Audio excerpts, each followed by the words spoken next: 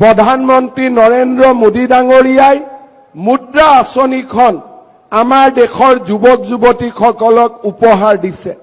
এই আঁচনিৰ জৰিয়তে আমি বেংকৰ পৰা 20 লাখ টকা পৰ্যন্ত আমি ঋণ পাব পাৰো। মোৰ লক্ষ্য হল চৰকাৰে আগবঢ়োৱা 2 লাখ টকাৰ সৎব্যৱহাৰ, এটা সিভিল স্কোৰত আমাৰ সুন্দৰ প্ৰতিফলন আৰু বেংকৰ লগত ধনৰ লেনদেন, এইবিলাকৰ বিষয়ে আমি আপোনালোকক জনাই থাকিম। আমাৰ উদ্দেশ্য হল যে আজি যিসকলে 2 লাখ টকা পাবলৈ সক্ষম হ'ব, তেওঁলোকৰ যাত্ৰা 2 লাখ টকাত শেষ হৈ যাব নালাগে।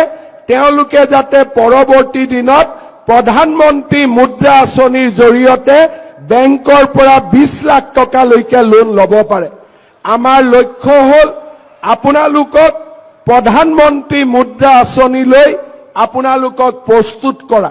মই প্ৰধানমন্ত্ৰী ডাঙৰীয়াৰ লগত এই আঁচনিখনৰ বিষয়ে আলোচনা কৰিছিলো আৰু তেওঁ মোক কৈছে যে যিবিলাক ল'ৰা ছোৱালীয়ে 2 লাখ টকা ভাল কৰি ব্যৱহাৰ কৰিব, প্ৰধানমন্ত্ৰী ডাঙৰীয়াক মই কওঁতে তেওঁ মোক কৈছে যে লাগিলে অসমত প্ৰধানমন্ত্ৰী মুদ্ৰা যোজনাৰ যি লক্ষ্য, সেই লক্ষ্য মই বঢ়াই দিম, যাতে প্ৰতিগৰাকী সফল যুৱক যুৱতীয়ে মুদ্ৰা লোনৰ ভৱিষ্যতৰ দিনত অধিকাৰী হ'ব পাৰে।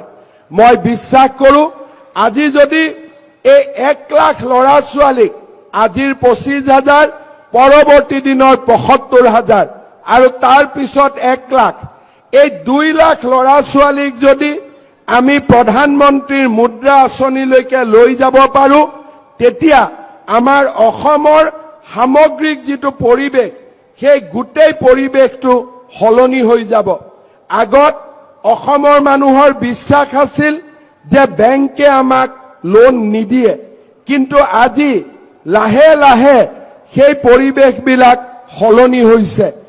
চলিত বৰ্ষৰ 31 মাৰ্চলৈকে অসমৰ ক্ষুদ্ৰ আৰু মজলীয়া উদ্যোগলৈকে বেংকে 29,000 কোটি টকাৰ লোন আগবঢ়াইছে, যি আগত কেতিয়াও অসমত সম্ভৱ হোৱা নাছিলে।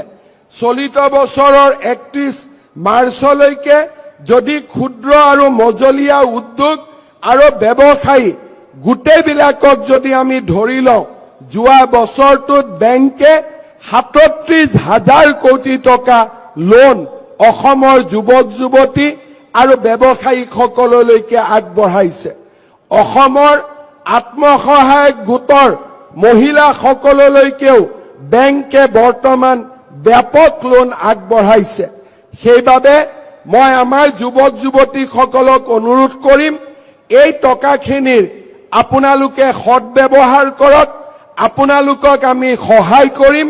ভৱিষ্যতৰ দিনত আপোনালোকে যাতে প্ৰধানমন্ত্ৰী মুদ্ৰা আঁচনিৰ লোন পাব পাৰে, তাৰ বাবে আমি আপোনালোকক উপযুক্তভাৱে গঢ়ি তুলিবলৈ চেষ্টা কৰিম। আপোনালোকে মাত্ৰ আমাক সহায় আৰু সহযোগিতা কৰক। আজিৰ এই সুন্দৰ দিনটোত মই তাৰে আপোনালোকক আহ্বান জনাম।